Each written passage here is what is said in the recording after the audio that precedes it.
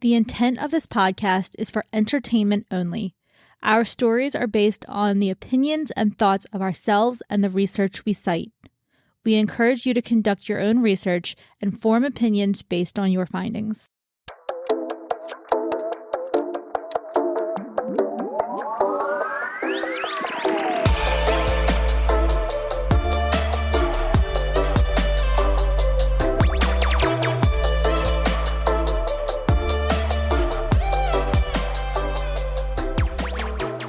Welcome back, everybody, to Conspiracy Happy Hour. I am Allie. And I'm Dan. We are your hosts For the this evening. mostest. Yeah. So, I saw you yesterday. I was going to say it's been a while. It hasn't been. Yesterday was... It's been a while since yesterday. Yeah. Yesterday, we had an opportune trip to a local cidery, and we just spent the night there, played games. That was a lot of fun. It was a lot of fun. I really missed that cidery. I feel like I haven't been there in a while. Me too. The last time I was there was a long time ago. I couldn't remember when. And their menu has increased more than double. They have a new one coming up that I'm really excited to try. It's a pineapple cinnamon cider. I saw that. That is going to be, we're getting that one. I asked the owner, because the owner was one of the bartenders. Mm-hmm. And I was like, are you ever bringing back the dark oak one? And he's like, oh, we haven't had that since 2011. No, I'm sorry, 2001. They weren't open 2011. Reverse. All of that was wrong. 2021. And I was like, oh, it's my favorite one. I'm waiting for the day you bring it back. He's like, maybe I should. I was like, you should. It's so good. Like their orchard. Their orchard one was my favorite. That was just like a basic apple cider, but it was like Red's apple ale, like on steroids. It was so good. It was definitely my favorite. Anytime by I think far. Of Red's apple ale, it makes me want to puke. Oh, they're not good. No. But don't have any good memories with it. I mean, from today's date, we are looking a week away from seeing our Eagles play in the Super Bowl. So we're all very excited about that. By the time this episode comes out, though, everybody's going to know the outcome. Yeah, we won the Super Bowl. Yeah. Can I tell you, I bought it's right behind me, actually. I see a bag. You got a shirt. I bought a shirt. Hurts? I mean, he's not on the team anymore. Don't tell anyone. I think everybody's going to know. Wentz, okay. It's Wentz, but it's the last Super Bowl shirt. It's the last one. Oh, that's good luck. That's good luck. I refused to buy a full price one. Because they're like thousands. They're not thousands. No, they're $130 to be exact. And I want to pay. Exactly. And although I think I am going to buy another shirt for the game. So. This one was $50, and I got it off Poshmark. So smart. I was like, whatever. I'm like, people liked Wentz at one time, and it's at one time. He's old news now. And it's the last Super Bowl one that they were in. So I was like, it's fitting. I'll wear it. Yeah, we spent the day yesterday like cleaning out our closets and like our upstairs house, trying to organize stuff, and we just went through a bunch of shit. We're like, all right, let's Poshmark this. There's just a bunch of shit we have to sell. So yeah, I like it. I like that app. I haven't sold anything, but I like going on to find different things if I'm looking for it. Although my new favorite app to get like clothes and things like that, which it's an old app, it's been around forever. I've just discovered it though. Is Shein? It's so inexpensive. I know you've purchased stuff on there already. I've purchased stuff off of there before. Tim actually bought stuff today. I actually have a shopping cart. It's like $150 that I need to go through. I was so mad because it was going through today. I was like looking for new stuff to buy, and I didn't mean to cancel my order, but I meant to go back a screen because I forgot to put in one of the promo codes. And I hit cancel the order, and it took everything in my cart and got rid of it. And I was like, sucks. No, I was so upset. I found it again and bought it. So we're all good. I have a bunch of work stuff, like worky type clothes that I want to buy. That's what. Because after working from home for 3 years, I'm like, I have like one shirt. Old stuff. I have stuff that don't fit, doesn't look good anymore. It's all it's been through the wash a couple times. So I'm like, time for it. And I mean, the shirts that I'm buying are like $6 to $8 a piece. So I'm like, it's totally worth it. Plus, the return was like super easy. You print out a label and you send it in. Yeah. So, but yeah, it's good. I know it's not the best site, but it's convenient. It is. I don't know. I really enjoyed their clothes. I already ruined one of my shirts. I was very upset about it. I had like chapstick on my lips, and when I went to put the shirt on, I just got grease all down the front of it from my chapsticks. It was not great. I was a little upset. Yum. Yeah. But well, other than that, I really haven't been up to too much. No fun adventures to give to the audience today, unfortunately. Well, I mean, like last week I was so tired because I'm not used to. Last week was like the first week that I went back into the office since before COVID, or when everybody had to lock down and quarantine and stuff, because we just finished an office remodel. You're aware. But so Monday was my first day back in the office, and we had to be in there like Monday through Thursday. And you know what? I missed it. I kind of missed being back in the office, seeing faces, like listening to the bullshit and the commotion and all. It's a lot better than being at your house, stuck in a room, hating your life. The hybrid lifestyle. I like having the days that I go in, and I like it. I like the days that I work from home.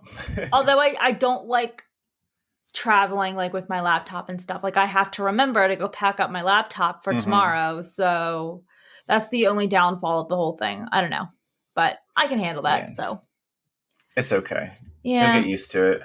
Yeah, I guess. I'm going in Tuesday this week. Very exciting. Just one day? Just one day. You're not hybrid. What the fuck are you talking about? Oh, so difficult. We're only supposed to do 2. And I asked my boss. And she's like, well, I'll be there Tuesday. I said, okay, I'll be there Tuesday. I asked my friend today, I was like, hey, are you going into work tomorrow? She's like, no, I took off. I'm like off? Like you're not going in at all? And she's like, yeah, because I have so many vacation days I need to use up. So like throughout February, I'm off on Mondays and Fridays. I said, must be fucking nice. You know, backed up if I would be off. The year just started. I know. Do you know how backed up I would be if I took off every Monday and Friday? It would not end well for me. Yeah, that's a little crazy. It's ambitious. But speaking of too, I know we were just talking about the Super Bowl, but I forgot to ask you, do you want to go to their house for the Super Bowl? Because we don't have to, because apparently nobody else is going to the bar with us that day. Oh, no?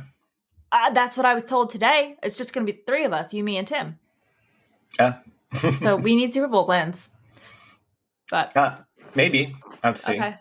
I'm already in a couple pools and everything too. It is a pool, right? Pool? Yeah. Okay. Or like a black pool. Yes. Well, I have a really bad habit of calling something a word that sounds similar instead of like for the longest time, I thought it was play it by year, like YEAR. And Tim's like, what are you saying? I said, play it by year. He's like, it's play it by ear. By 1 year at a time. Know. I honestly had no idea. There was another one that I said too. It's like, what the fuck are you talking about? Anyways. Yeah, that's funny. Like I know a lot of people mispronounce the saying like nip it in the bud. It's not? No, that's what it is. But people usually say people think it is nip it in the butt, like BUTT, but it's there's bud. There's a couple exactly like that. I do the same thing. I can't think of the other ones right now, but it's funny.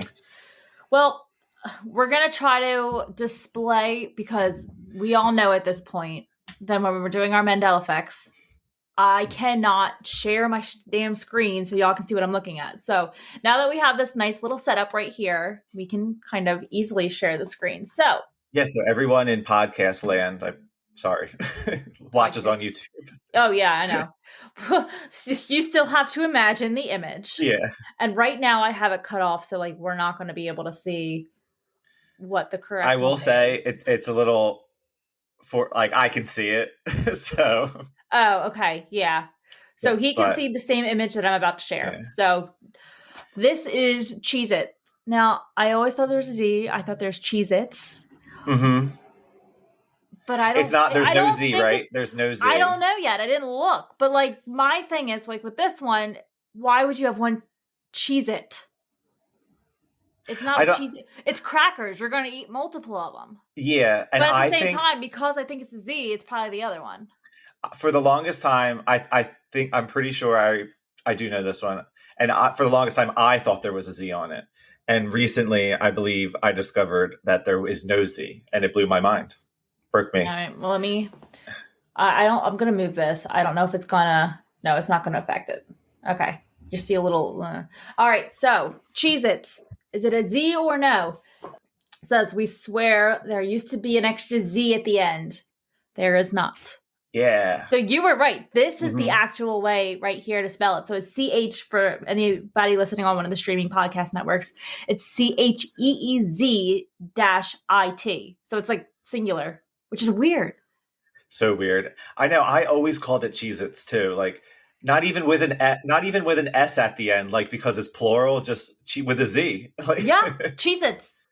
Like multiple Cheez-Its. I'm not going to eat one. I'm going to eat Cheez-Its. Yeah, you can't just eat one.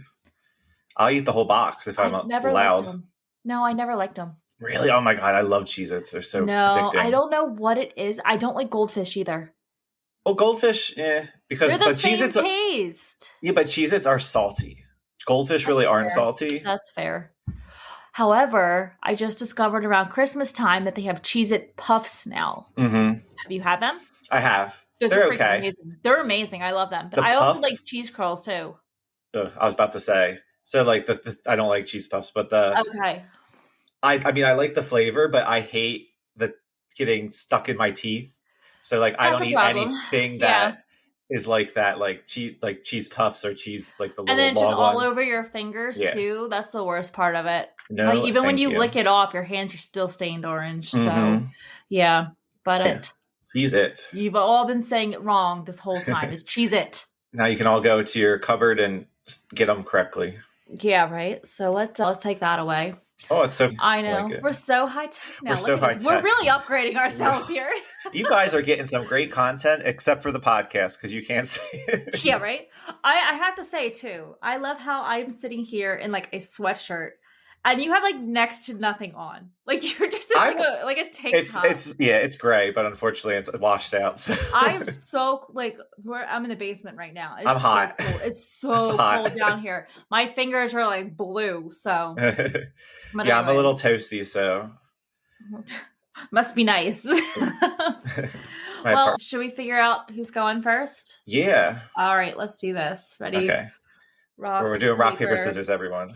Oh. Who can't see it? Well, when I say rock, paper, it's kind of obvious. Bomb. Ready? Okay. Rock, paper, scissors, shoot. Wait a minute. What the fuck was that? I don't know. I went like this, and then 5 seconds later, you went like this. I'm sorry. Redo. Okay, redo. Rock, paper, scissors, shoot. Oh, I did paper. You did. Okay, I did scissors. All right. Rock, paper, scissors, shoot. Oh, you win. I win. Okay. I think there's a little delay. Is that what that was? I think so, yeah. Okay. Because I can see you do it, but then it doesn't. I think there's might be just a little slight delay because I'm like, no, I see it. It could be because your answer always comes after mine. Okay. But okay. So I will actually. What kind of story do you have? Mine is actually conspiracy cult. It's I know you said before we started that yours was a little short. Mine's a little long, so it's good for the episode. That's what I was going to say. Why don't you go first? Okay. I'll finish with mine, but mine is also one that we can really discuss too. Afterwards? So, okay. Yeah, so we'll start with yours. Mine is actually the first like nationally televised or publicized murder. Ooh, okay. It's very exciting. And like murdered on screen. It's the case or the trial that they are accounting to Americans' love of true crime. Because it was the first nationally publicized trial. Is it a common one? Just tell. Yeah, I'll tell you. I'll tell you. Okay. And it's kind of hometown. It takes place in New Jersey. Oh, get out! Really? Mm-hmm. It's called the Hall Mills murder. So I'll just get right into it. Sketchy ass people here, let me tell you. We do. And guess what? They're all from North Jersey. And they think we're weird. Not from here. We are safe. We are farmers down here. My two little sources are Wikipedia. Thank you. Please donate. And Weird New Jersey. And the article is called Hall Mills Murders, The Preacher, the Choir Singer, and the Pig Woman, which I will get into all of them. So okay, this sounds very fascinating. You have my attention. It needs to be like an American Horror Story. It needs to adapt this because it's great. Woman itself, I'm not sure what that means right now, but yeah, that's what does it for me. So the Hall Mills murder case involved Edward Wheeler Hall, an Episcopal priest and Eleanor Mills, a member of his choir with whom he was having an affair with, both of whom were murdered on September 14th, 1922 in Somerset, New Jersey. And it's funny because when I was doing this research, I got so confused because everything I was reading was saying it was in a different county. Oh. And our counties aren't that big, but it's first, the one article said that this was called the Monmouth County Murders, but it was saying it took place in New Brunswick. I was like, that's not Monmouth County. No, they're opposite sides of the state, aren't they? Yeah. I was like, I went to school in New Brunswick. New Brunswick's in Middlesex County, and then it was saying in Somerset County. I was like, where is this? Get your story straight, people. Exactly, but I'll tell you why there was a little confusion in my reading. Okay, but Hall's wife and her brother were accused of committing the murders, but were acquitted in a 1926 trial. In the history of journalism, the case is largely remembered for the vast extent of newspaper coverage it received nationwide. It has been regarded as an early example of a media circus.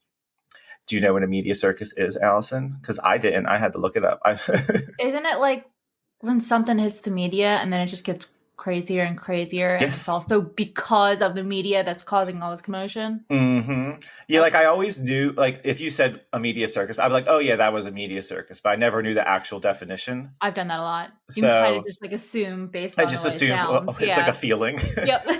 So since I looked it up, a media circus is a colloquial metaphor describing a news event for which the level of media coverage measured by such factors as the number of reporters at the scene and the amount of material broadcast or published. It is perceived to be excessive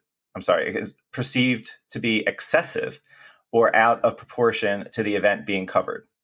The term is meant to critique the coverage of the event by comparing it to the spectacle and pageantry of an actual circus. Okay. So that's a media circus. But good to know. Good to know for the situation. So you could just this happened in 1922. So which is crazy that they were able to broadcast this on 1922. Mm-hmm. That seems so long ago. Well, I don't think it was broadcast as in television. I think it was broadcast as in newspaper. Oh, okay. Yeah. I was like, that's 100 years ago. I don't know if they had all that technology at that point. I think TVs and stuff existed. I don't think they were in everyone's house yet, though. Probably not. The rich people. Yeah, exactly. Okay, so the investigation into the Halls Mills murder was one of the most extensive and highly publicized in New Jersey's history. The police initially suspected that the murderers were committed by a jealous spouse or someone who disapproved of the relationship, but no concrete evidence was found to support these theories. It would take the Lindbergh kidnapping trial in the 1930s to finally eclipse this high-profile case. All right, so on September 16th, 1922, the bodies of a woman, Eleanor Mills, and a man, the Reverend Edward Hall, were discovered in a field near a farm in Somerset County, New Jersey.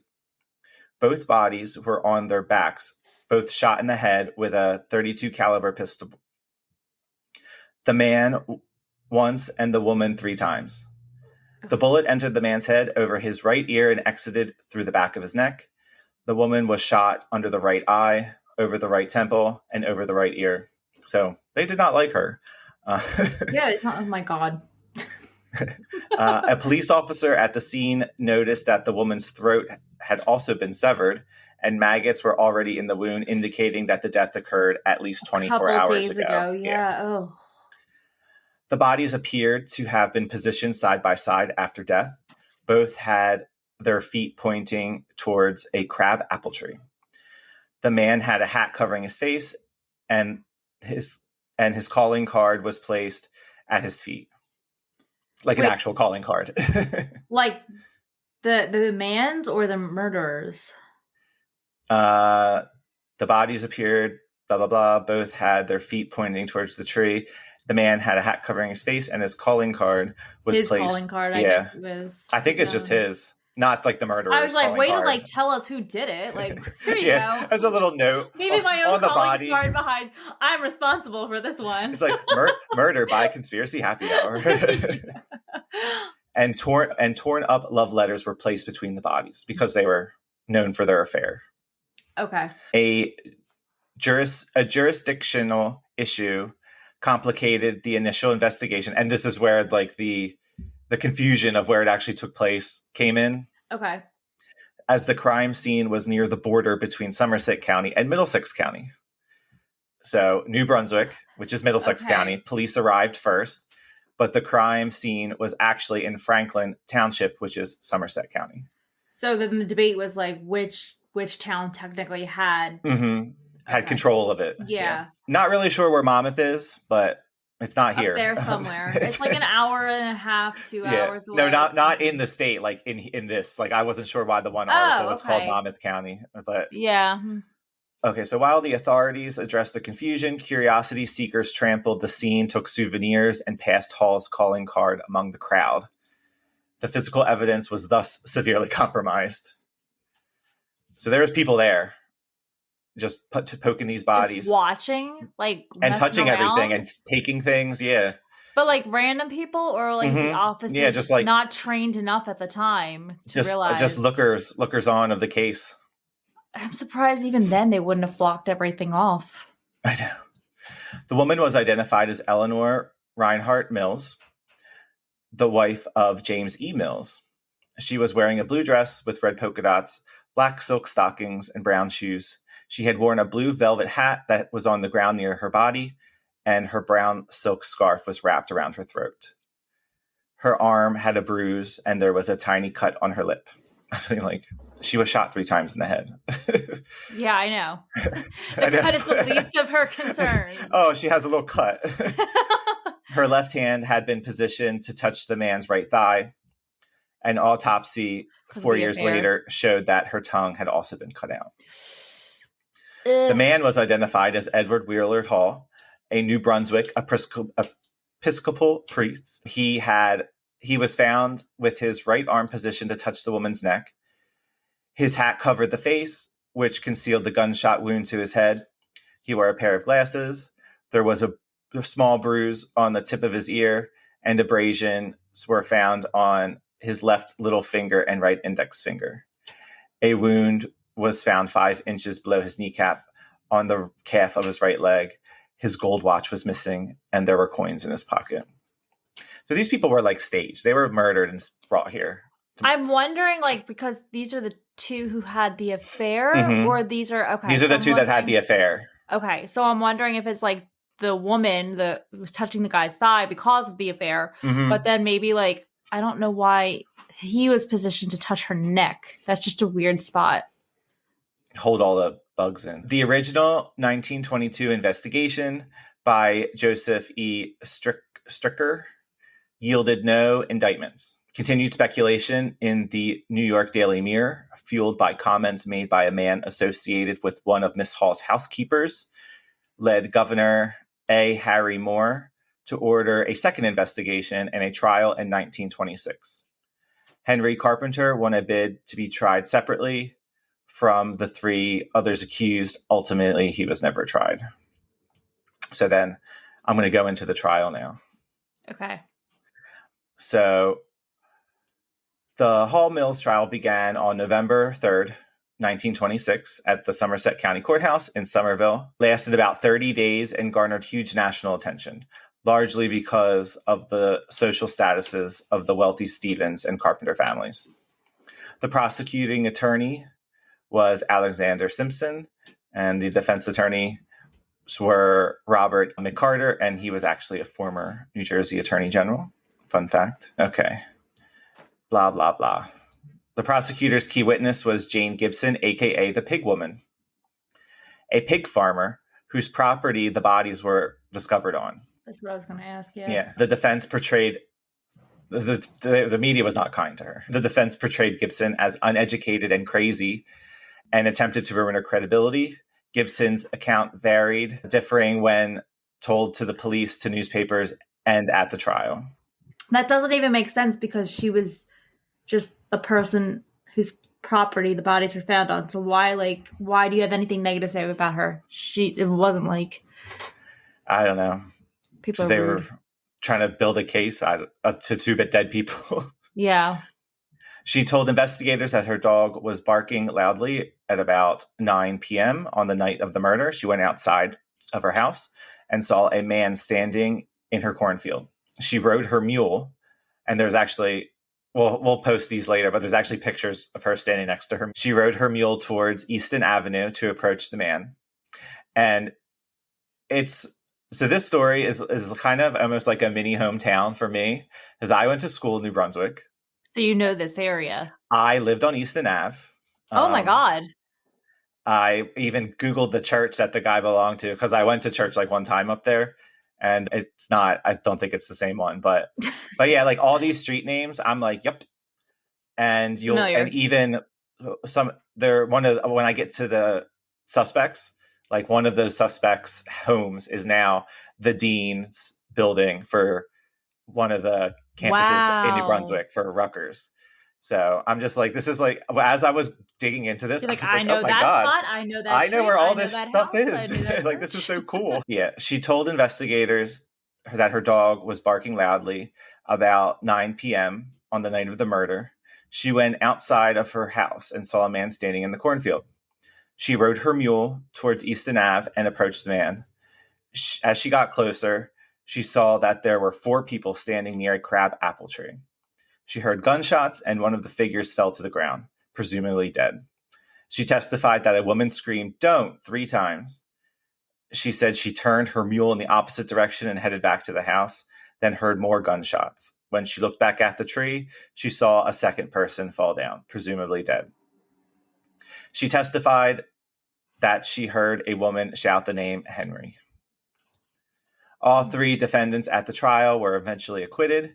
Miss Hall and her 2 brothers had the motive and all the means for murder, but there was not enough evidence to convict them.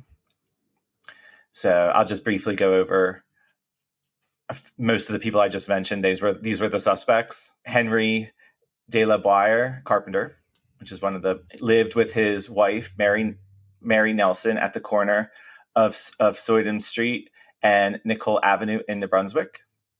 Henry was the cousin of Francis Stephen Hall, which is the dead guy, and her brothers, whose mother was a carpenter. Last name Carpenter, not a carpenter. So wait, then the 2 dead, were they married?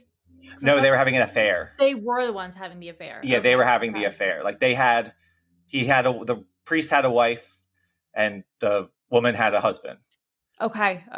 He worked as a Wall Street stockbroker, and although he was an initial suspect, he was never brought to trial. And then he eventually died, and he's buried in North Brunswick, if anyone wants to visit him.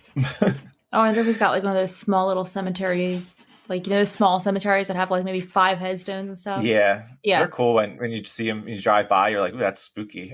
Right? Yeah. Okay, so Frances Noel Stevens Hall is in the prosecution scenario. She instigated the murder of her cheating husband. Her home was later bought by Rutgers University and used as the residence of the Dean of Douglas Residential College, which I had a lot of classes on Douglas, so I've seen this building before. Miss Hall was related to many of the wealthy families of New Brunswick, including the Carpenters, Nielsen's, and possibly the Johnsons of Johnson & Johnson. Oh, wow. Yes. And there's the Johnson & Johnson's headquarters is actually in New Brunswick. I had no idea. Walk by it every day. It's a huge building. Henry Hugill Stevens. He was a retired exhibition marksman and lived in Lavallette, New Jersey, which I think is down the shore. I don't know. I think it's like the shore but North Jersey. The prosecution contended that he fired the shots. Henry testified that he was fishing miles away from the murder on the night of the killing, and 3 witnesses corroborated his testimony. William Carpenter Stevens. He owned a .32 caliber pistol like the one used in the murder, although the firing mechanism was supposed to have been filed down so that he could not hurt himself with it. In the prosecution scenario, he provided the weapon, and his fingerprint was found on a calling card left at the scene of the crime. Willie was a colorful character on the witness stand, delivering credible and not unsympathetic testimony. He was incapable of holding a job and spent most of his time hanging out at the local firehouse. Willie's eccentric personality was consistent with high-functioning autism, but the condition had not yet been clinically described, and no conclusive diagnosis can be made. And that's where I was going to go. I was going to say, like, did he have something wrong with him the way you were describing him? It sounded like he was a little mentally not there. It sounds like it, but unfortunately, at the time, there was no diagnosis for it yet. So after the trial, Miss Hall brought a defamation lawsuit against the New York Daily Mirror, which was settled out of court for unspecific large amount, apparently.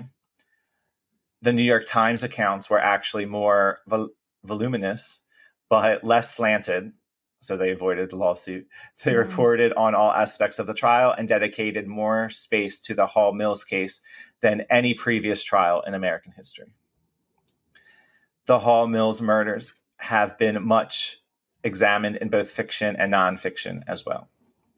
So that's essentially, I have a little more, because there's a few things that in media that pulled from this case that I want to go over real quick, but that was essentially the case. I would say, if anything, from what I feel, it was the one guy. I mean, she said Henry, and Henry ended up being like the woman's like cousin, you said? I mean, none of the other suspects were named Henry.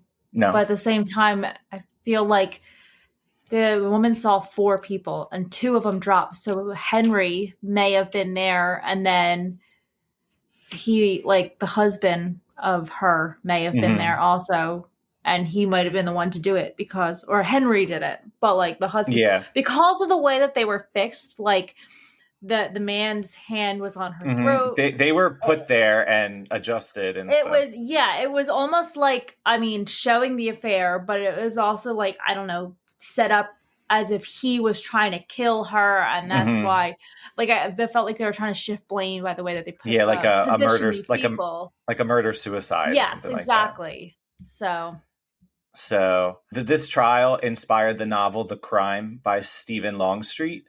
Okay. As well as Francis Noyle Hart's novel *The Bellany Trial*. And this pioneering work helped establish the genre of the courtroom mystery, and was turned into a film in 1929. It was turned into a film in 1929? Wow. The attorney, this took place in 1922. The murders happened in 1922. The trial was 1926. And then but the fact that they were able to create a film about it, only not 5 years later, but 7 a very years short later, amount of time. 7 years later, I'm surprised they were even able to create films at that time. This little next thing is interesting. It's probably not true, but I thought it was interesting enough to include. Attorney and liberal activist William Kunstler published a 1964 book titled *The Minister and the Choir Singer*, which he re-released and with added editorial material in the 1980s as *The Hall Mills Murders*. In his book, Kunstler theorized that the Ku Klux Klan had been responsible for the couple's demise based on the facts that the Klan was a very prominent organization and was active in New Jersey in the 1920s.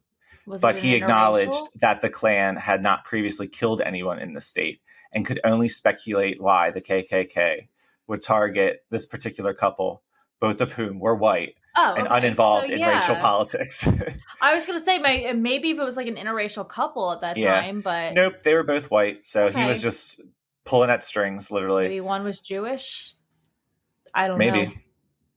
In her book, *Careless People, Murder, Mayhem, and the Invention of the Great Gatsby*, Sarah Churchwell speculates that parts of the ending of *The Great Gatsby* by F. Scott Fitzgerald were based on this case. Based on her forensic search for clues, she asserts that the 2 victims in the Hall Mills murder case inspired the characters who were murdered in *The Great Gatsby*. The nonfiction book *Blood and Ink*, the scandalous jazz-age double murder that hooked America on true crime. It's a really long title.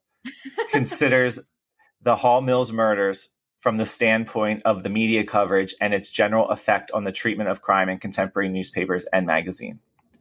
To this day, the Hall Mills murders remained unsolved, and the case continues to fascinate and confound investigators and amateur sleuths alike.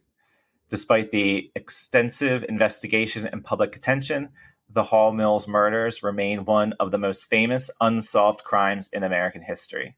The lack of concrete evidence and the mysterious circumstances surrounding the crime have led to speculation and numerous theories, but none have been proven conclusively. The case serves as a reminder of the elusive nature of justice and the power of unresolved mysteries to persist for generations. See, that's so interesting. And the thing too is, like, at that time, people didn't really know what like proper etiquette was in a crime scene. So, like, let's say they come up with like, they have pretty good things that they can test cold cases and stuff. But at that point, like, so many people touch the bodies after the fact. Yeah. There's no way of knowing. And I don't even know, like, I mean, like I said, 100 years later, like, the clothes is disintegrating at this point, something. So it's very difficult to be able to figure out what's happening there. But that was interesting. I like that.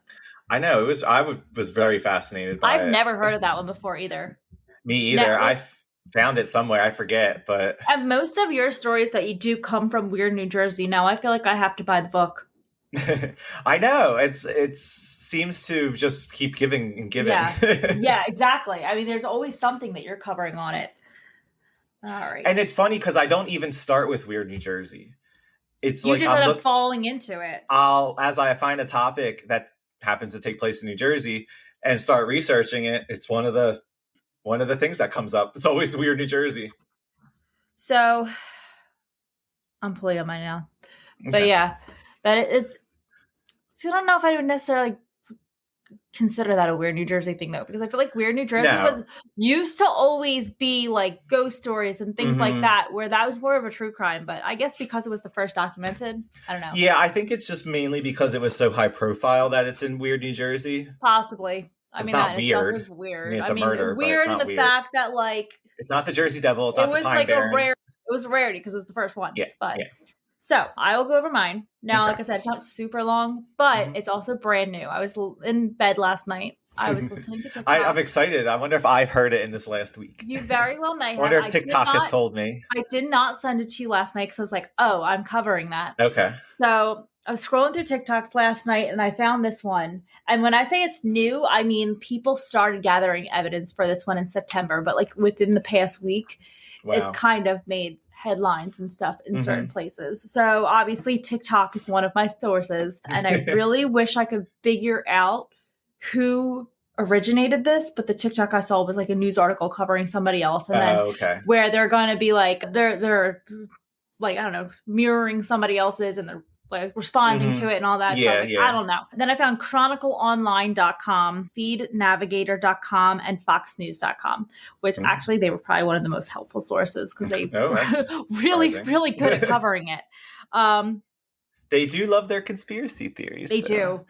They really do. So, like I said, this was brand new. I found it last night, and I'm going to try to give as much information, but I feel like this is going to be a situation where I end up coming back and having to go over a part two. That's fun. Some updates later on down the road. So, basically, the backstory. I'm not even going to give you what the theory is about. I'm just going to, because I don't want to give anything away. Okay, so, I'm ready.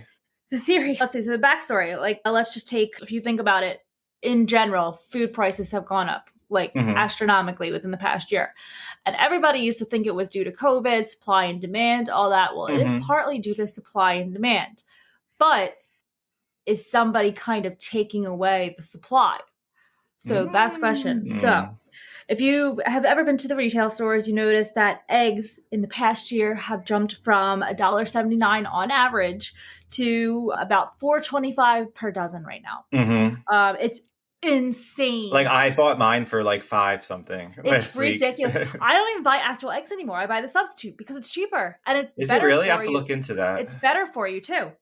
So now the whole thing is, this is supposed to be because birds are coming down with what's it called? The avian flu. So all these birds are getting sick, dying, not being able to produce eggs. But here's the thing. But a lot of these farmers are saying that their hens and chickens are fine. They're not acting like they're sick. They're not dying. The only thing is they're not able to lay eggs. Now, there's been a couple researchers or farmers who have kind of conversed and spoken together, and they said they don't think it has to do with the flu because they're not showing signs of illness. Now, not only that, but birds that like hens and chickens that people have in their own backyard in residential properties, somehow they're having the same issues too. Well, their birds do not come in contact with anybody else. They only have their like small 5. And they wouldn't be at the farm. How would they catch some sort of avian flu? Because they can't catch it from another bird. They're 5. They're never going to see another bird. They're in the backyard. So that was like a really big red flag. What about mosquitoes? I don't know how it spread, but I thought it was like the chicken to chicken type of scenario. But so on a normal hen, like a healthy hen, they lay on a regular basis, so every 24 to 26 hours. But suddenly, all over the country, not all chickens, but a lot of them, they're reporting that they're not getting as many eggs as they used to. There have been spans of about 6 to 7 months without their birds laying an egg. So from every day to 6 to 7 months without laying an egg. Yeah, that's a long time. And they're not, like I said, they're not showing any other signs of illness other than not being able to lay eggs. Now I have a quote on here that's kind of bring it into the next piece of information that I'm going to go over. But this is a quote from one of the chicken farmers. They said, "Is the commercial feed the reason so many chickens have not been laying at all? This is the question I am asking myself, and I have seen all over TikTok, Facebook, and everywhere. I'm talking about chickens. Tons of people who are having no eggs for 6-7 months. Like, this is not normal. At least 60 hens I have at least 60 hens that should be laying. I have a flock of roughly 100, and I was getting 2 to 3 eggs in the summer, all summer long. I genuinely think it is the feed, especially after seeing so many people having the same problem, switching to a local feed and fixing itself." So now people started getting very curious, like, what is the correlation? Because if it's not a flu, the animals aren't showing symptoms of being sick, what other correlations can we have? So people started looking into the food. Now they've realized that there's not too many brands that make chicken feed. There is one brand, and there's the number one commercial brand that encompasses all of the other commercial brands, and that's Purina. Purina makes chicken feed, but they also make, I guess, like, you know how like if you go to the food store and you see like dog food, Purina one, and then they have like Nature's Choice and things like that, all under Purina. Well, they also do the same for chickens. I didn't know they made chicken food. They make chicken food, yeah. Actually, they make all like a lot of animal food, farm animal. They make cows and stuff like that too. So, no idea. So, like I said, they were wondering if it was an ingredient that they've been adding to the food lately that's been causing this, because many of these people have been feeding Purina chicken food for a while. It's not like this is a brand new food that started it, that affected their diet. It is what their animals have always been getting. Purina's been around forever. But as of recently, they're now not able to lay eggs. So people started realizing that all the distributors that they were using, all the types of foods that they were getting for their animals, was all made by Purina. Purina was the common denominator of the animals who could not lay eggs. Now, the AFIA, which is the American Feed Industry Association, they kind of replied to this. Did not love their response because they made it seem like we're perfect, you're wrong. Yeah. Their answer... That's how you should always respond to They claimed that the commercial feed is usually containing the perfect amount of nutrients for adequate egg laying, and that if the hens were no longer laying eggs, it could be a direct relationship to the temperatures and poor management and practices of farmers. I was like, fuck, that is a slap in the face.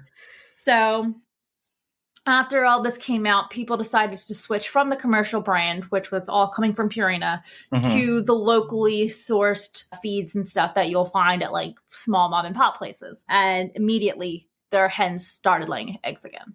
Wow, that's crazy. Immediately, like within the week.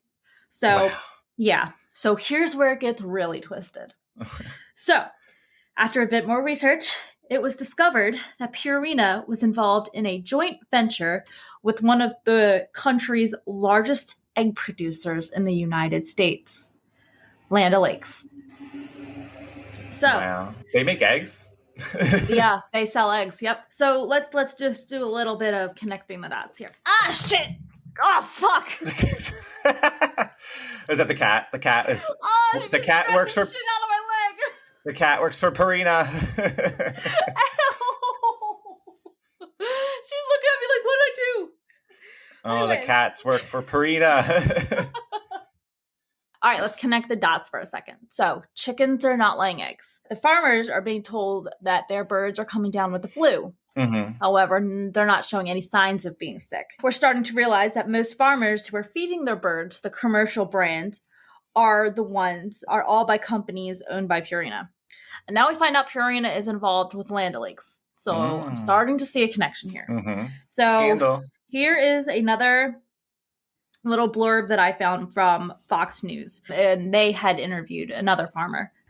Okay, so they did a little interview with one of the farmers, and they said that they had, this is just a side note, but they had been feeding their cows Producer's Pride, which Producer's Pride just so happened to be a branch under Purina. So it was also made by Purina.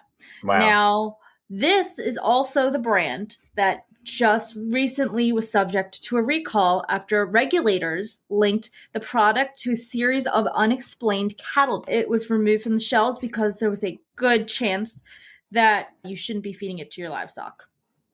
So they went from cows to chickens. If they are literally doing it to cows, it's the same food. So it's going to happen to chickens. So here's my thing. Now, there's like no proof that there's any secret ingredient that's been added in the past few months to this. Yeah. But if you're going to make your food the exact same way you always have, what is the reasoning now that hens can't produce any eggs? And you are a big livestock feeding company that is also in cahoots with a giant producer of eggs. And now, because of this egg shortage, your venture partner is able to sell eggs for almost $5-6 a dozen, whereas all of these local farmers, they can't even have eggs because they can't get their chickens to lay eggs. I feel like it's like a very twisted, they're trying to cut the supply so they can upcharge for the demand with their own business partner. So, and you know what's so crazy? Like, I only thought they did butter, first of all, and then second of all, not once was mentioned like Purdue, because Purdue has like the huge chicken plants, and so I didn't write it down, but there was something that I noticed on Fox News where just last week, because the article that I read was actually published this morning. So, oh, wow. Yeah. That is breaking news. Exactly. So, just last week, there was a giant fire started with unknown causes, and not saying that anybody set this place on blaze, but and over 10,000 chickens died in this fire. I think it was 10,000. It was a big chicken farm. Didn't say where it was or anything. But if we're dealing with such a shortage of eggs right now, why was that not in the mainstream media? Why does nobody know about that? Because I mean, that's big news, because you think about it now, that is big news. You're paying $6, $5 for a dozen of eggs. Now we just lost 10,000 chickens. So that's going to go up even higher. So I'm going to buy a chicken. Yeah, I know. Keep some in the backyard. Local food only. But then I was talking to my friends today about this conspiracy, and we kind of brought up this good point. This is food that's regulating the hen's fertility. So what's to say that this is not just a trial? See how things go. Maybe they started on the cows and it was killing the cows, so they had to stop. Now they're on the chickens and it's working. Their chickens are not able to lay any more eggs. What's to say that eventually this is not going to go into our drinking water or our food or anything like that we eat?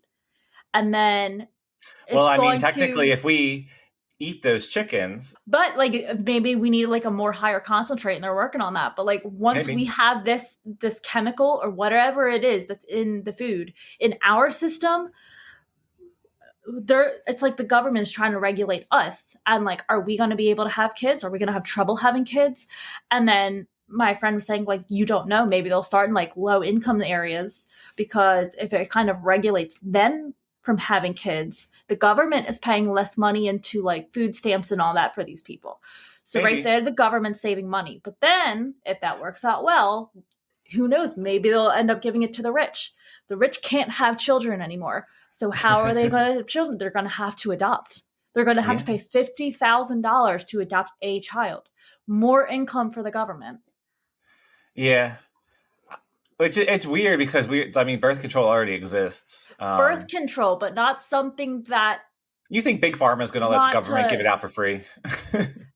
I mean, this is something where like you don't even know it's coming into your system, and it's just preventing you completely from having to. You got to pay if you want children and you can't have it at all. You got to pay for one of those fertility clinics. That's a lot of money. You got to pay for an adoption fee. That's like $50,000. There's other ways to have children, but it's all money that goes into the government's hands. Interesting. So that was just like a side end thing that I thought of with my friend today, and I thought that was really interesting. I could be making that part up. It never could happen. But it was just one of those weird connections. Like they always do test subjects on animals first. Maybe this is coming for us next. Maybe. So, I mean, at this rate, starting next year, it's going to be like $6-7 for a carton of eggs if we keep up this trend. And I mean, they're doing the same thing with hay barrels and things like that. They sell the cattle. Cattle are having difficulty. Like that's why your beef is becoming so expensive anymore. So... But yeah, I thought that was really, really interesting. I watched the video yesterday, I was like, "Oop, this is what I'm doing." I was like, "Oh my god!" I haven't heard of that one yet. No, so that was a good one. I'll send you the TikTok tonight. Okay, now I can look at it. I sent it to Tim yesterday. I was like, I can't send this to Dan yet. But yeah, that was my thing. That was that was interesting. That was really interesting, right? I was like, "Oh, this is sold." But, and it's very timely, you know. Yeah, that's what I said. It's literally happening right now. But why don't we sign off? Because I know we are going to be also recording an episode for our Patreon too. So if you are subscribed to our Patreon, you'll be able to see us do some sort of BuzzFeed quiz on which cult we should belong to. So just a little teaser. If you were ever curious yourself and you couldn't decide on which one, you can head on over to our Patreon. You know, join us over there, and you too will be able to take the quiz and get into the cult of your dreams. It's really not that bad. I think our cheapest tier is what? $3. It's nothing. It's nothing like impressive, crazy. But trying to break the bank. Yeah, exactly. You have to buy your eggs. Yeah, no, that's like 2 cartons of eggs right there. Exactly. Yeah, that's 2 weeks of eggs you can't have. Or 1 carton of eggs. Two months for us is 1 carton of eggs. Yeah, opposite. But yeah, and then I mean, we have some other really fun, exciting tiers too. So hey, check it out. See if it looks like anything that would interest you, and come join us. We have fun. Yeah. And follow us on Instagram, follow us on Facebook. We're at Conspiracy Happy Hour. Yes, please pass on our Instagram to other people. I think we're trying to we're trying to at least midway this year come up with, I think our goal was like 500. Yeah, 500. If we can I will be honest, we're over 100 right now. If we can hit like 1,000 subscribers on our Instagram by like end of the year, I think we have to come up with something that we should do, or something crazy to add, or maybe we'll do like a live of us exploring like Og's Hat or something like that, like an OG. That'd be cool. And speaking of events that would probably be coming up soon, our 1-year anniversary of Conspiracy Happy Hour is coming up soon. It's literally from today, just about 2 months. Yeah. Wow. Just about. So I think definitely we should do some type of live thing for that. I agree. We'll have to discuss that one, but that would be a really cool idea. Yeah. So stay tuned for that. That'll be coming up before we know it. We'll announce something as it gets closer, but I definitely want to do some sort of giveaway also. I think we need to do some sort of giveaway. Maybe we'll do like one of our sweatshirts or something like that. But the only way you can be a participant is if you're subscribed to our Patreon. So I'm sorry, not our Patreon. God, I can't talk anymore. Scratch that. If you're subscribed to our Instagram, we're not going to pay you pay. Yeah, no. Even though there is you can subscribe on Instagram now. There is a tier that we have where you can get some merch quarterly. So, but well, so, yeah, I'm sorry, I got distracted. Dan, we'll see you next time. Microphone. I'm looking at your microphone. It looks like an egg. I don't know. I don't know what it looks like. It kind of looks like one of those like pacifiers where you put fruit in it for babies and they like suck it. Yeah. Anyways, really distracted me for a second. Okay. But well, on that note, goodbye. Bye, everyone. Goodbye.